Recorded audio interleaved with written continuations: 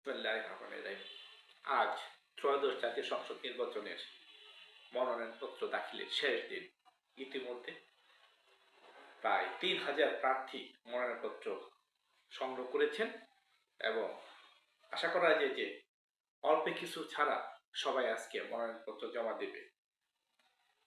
BNP নেতৃত্বাধীন একটি জোট, জামায়াতে ইসলামী এনসিপি নেতৃত্বাধীন একটি জোট, জাতীয় পার্টি মঞ্জু এবং আনিসুল ইসলাম মাহমুদ নেতৃত্বাধীন একটি জোট এবং বাম দলগুলোর বৃহত্তর জোট গণতান্ত্রিক যুক্ত ফ্রন্ট এর একটি জোট, এই 4টি রাজনৈতিক জোটের মাধ্যমে আগামী নির্বাচনে প্রার্থীদের প্রতিদ্বন্দ্বিতা করতে দেখব।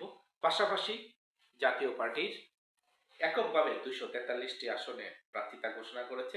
এছাড়া স্বতন্ত্র প্রার্থীদের সমন্বয়ে, স্বতন্ত্র প্রার্থীদের অংশগ্রহণে আমরা আরো কিছু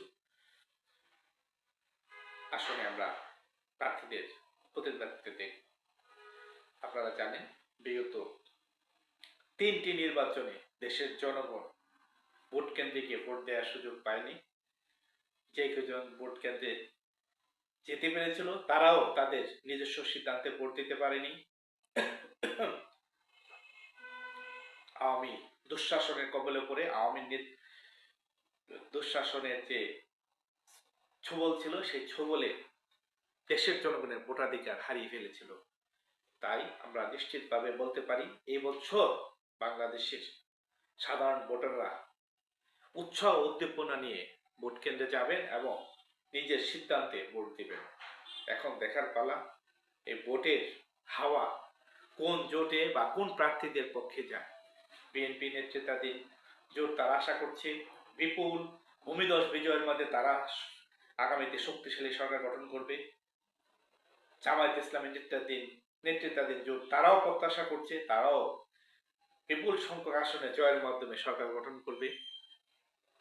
তবে বাকি দুই জোট, জাতীয় পার্টি মঞ্জু এবং আনিসুল ইসলাম মাহমুদের যে নেতৃত্বের জোট এবং বাম গণতান্ত্রিক যুক্ত ফ্রন্ট, যে তারা সরকার গঠনের কখনো স্বপ্ন দেখছে না বা তারা নির্বাচনে অংশগ্রহণের মাধ্যমে নিজেদের রাজনৈতিক অস্তিত্বকে রক্ষা করার চেষ্টা করছে। পাশাপাশি বিএনপি সহ বিভিন্ন রাজনৈতিক দলের যারা বিদ্রোহী প্রার্থী স্বতন্ত্র হিসেবে তারা নির্বাচন করবেন। এছাড়া নির্দলীয় যারা প্রার্থী তারাও স্বতন্ত্র হিসেবে নির্বাচন করবেন। তাদেরও ব্যক্তি ইমেজ, রাজনৈতিক কন্ট্রিবিউশন দেশের প্রতি হয়তো অনেককেই জনগণ জয়ী করে সংসদে পাঠাবে।